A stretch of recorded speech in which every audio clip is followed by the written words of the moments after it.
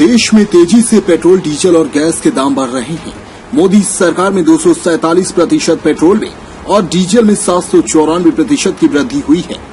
मोदी सरकार पर यह बड़ा हमला पूर्व केंद्रीय मंत्री सुबोध कांत सहाय ने किया। पूर्व केंद्रीय मंत्री ने रायपुर में प्रेस कॉन्फ्रेंस कर कहा कि मोदी सरकार ने बिना सोचे समझे नोटबंदी की, बिना सोचे समझे जीएसटी लेकर आई। आज उसका परिणाम जनता भोग रही है। सुबोध कांत सहाय ने कहा कि देश में आर्थिक संकट की स्थिति है। मोदी सरकार की वजह से भी आर्थिक संकट है। बीते 7 वर्ष से देश में लगातार महंगाई बढ़ी है। मोदी सरकार जनता की भावना से खेल रही है। मनमोहन सरकार में महंगाई पर रोक लगाई थी। मनमोहन सरकार गांव गरीब की सरकार थी। मोदी सरकार में गरीबी फिर बढ़ गई। 23 करोड़ लोग गरीबी रेखा से नीचे चले गए। डेस्क रिपोर्ट, समय न्यूज। बगलगीर रहा हूं झारखंड का और संसदीय राजनीति में 78 से रहा हूं। इसके पहले छात्र आंदोलन में रहा। प्रधानमंत्रियों के साथ काम करके सीखने का मौका मिला है। लेकिन आज जो देश प्रधानमंत्री को झेल रहा है, और वो इसलिए कि आम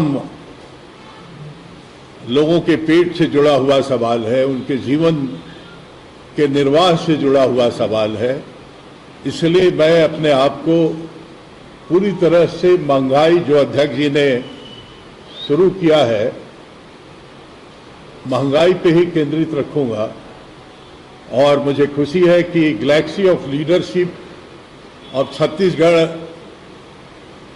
आज यहां बैठी हुई है।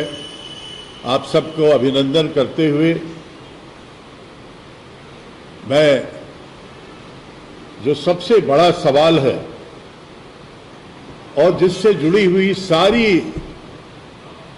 घटनाएं हैं, वो है कि आर्थिक के इस संकट में जब कोई ऐसा नहीं कि कोरोना काल में ही ये आर्थिक संकट आया है, इसके पहले से ही जो सरकार हमारी पिछले 7 वर्षों से यहां दिल्ली में चल रही है, इस संवेदन विहीनता और बेपरवाह सरकार के तौर पे इसे अगर आप कहें तो कोई अतिशयोक्ति नहीं होगी।